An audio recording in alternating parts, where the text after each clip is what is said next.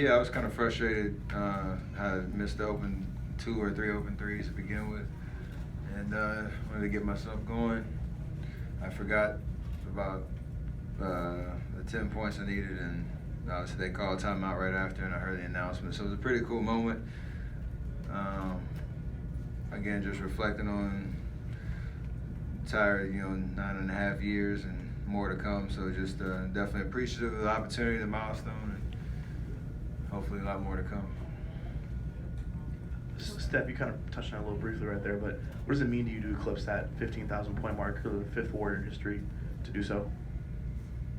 I heard the names of the 4 guys, 3 of whom are, I think, in the rafters. So just a pretty humbling experience in terms of, again, how long I've been here and all the success that we've had, and obviously recent years, and just individual accolades and milestones come out of that. And for us, it's hard to really put it in perspective, to be honest, just in terms of we're still in the moment and still grinding, still on the journey. And eventually, when it's all said and done, hopefully a long time from now, I'll be able to really reflect on what that means and just, again, beyond my wildest imagination, when I was first drafted here, what this could all mean. Middle room. Steph, did you feel that there was that once you eclipsed that everyone sort of relaxed a little bit, because it looked like you guys really kind There was so much pressure to get my 10 points early.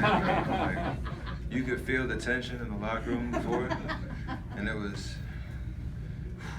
We've been in Game 7s before. We've been, at home, on the road, but I've never felt anything like that. So I'm glad we got through it. We pushed through it, and we were able to put that behind us and just go after a win. So thank my teammates for really, really, pushing me, tonight and getting me over the edge, over the hump. Was this your best team performance since you've been back, do you think? Yeah, I think in terms of just putting together as close to 48 as possible. We had a little slip up in the beginning of the 3rd quarter, but it's kind of been the story of the season in terms of mixing and matching lineups. Guys go out, guys come back, and it's a little revolving door situation. And we really haven't had a consistent stretch with everybody available. And then you'll think about what DeMarcus might mean down the stretch when he comes back. So we've just tried to, whoever's available on a given night, figure it out. But as we get deeper and deeper in the season, hopefully continue to have good health, we'll be able to solidify our rotations and know who's playing with who from majority of the game, and really get some better momentum night after night. So defensively, we were pretty good tonight, though. Steph, threes are obviously your thing, but what's the art and science in hitting runners? Like threes and transit. Oh, what do you mean, off the dribble? Like the pull-up threes or like floaters? Just like a lot of basketball terminology right here. Being able to do it like in transition. So off the dribble threes in transition? I don't know. It's just all balance stuff and rhythm.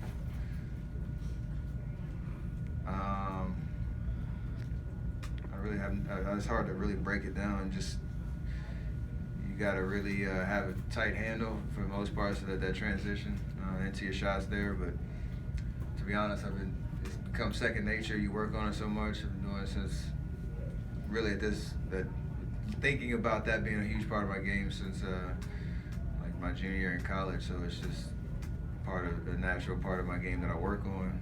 It's just a field thing too. Steph, how did you enjoy talking to astronaut Scott Kelly, and sort of, can you take us through a little bit of that and maybe what you took out of the conversation? He was one of the first people that I saw on social media that last Monday that reached out. His tweet was pretty good in terms of he's got respect for me, but we need to talk. So for me to DM him, and 6 days later I was able to have a conversation with him. Thought it was cool just to have it on IG Live so that people could really hear the back and forth and the questions and things in terms of perspective around educating our youth. And all the good work that's being done in that area, NASA included. So I've never talked to an astronaut before, so that was pretty cool, and that'll hopefully parlay well into going down there in Houston. Your bench is shooting, I think, 10 percentage points better this year than last. Number one in the NBA right now, bench threes, percentage-wise. How do you feel that extra spacing out there that your bench has been giving you? Yeah, a lot of it's how teams are defending us as well. We got to really keep things simple in terms of when we drive. Myself, Clay, KD. Most of the time, there's going to be help, and if we have the right spacing and guys and pick their spots, there's going to be a lot of open looks out there. Our message, night in, night out, you're open, shoot the ball. Don't second guess anything. Out there for a reason. You're going to get good shots, so have confidence and take them. As we go through the season, that's going to be huge for us, especially when we get in the playoffs and teams try to play junk defenses and stuff like that, try to slow us down. Everybody's got to be a threat out there. So I think I really started noticing in Milwaukee when we were out there in terms of how many open looks there were, when we were moving the ball, making the easy play. And when that happens, teams start having to make decisions, and then other things open up. So we got some capable shooters. They just got to take them. Kind of following up on that, when you have a stretch four like Jonas, a legit stretch four who can actually play some five, doing what he does, what does it do for your overall offense? You mentioned some of that just now, but it seems that it's a little different when you have a four that can go out there as opposed to having a 2 or a 3 out there. That's the way the NBA is going, right? So it's always nice to have that threat. No matter really who you play, defenses are going to switch or pack the paint or whatever. You got to be able to space the floor and have threats out there for sure. We just don't want to overcomplicate things in terms of, we don't really have to hunt for them. They just happen, and again, it's just about having the perspective of keeping it simple. If a guy's open, pass it, keep moving. We obviously know at times we can force feed, our scorers and try to make stuff happen, but throughout the course of a game,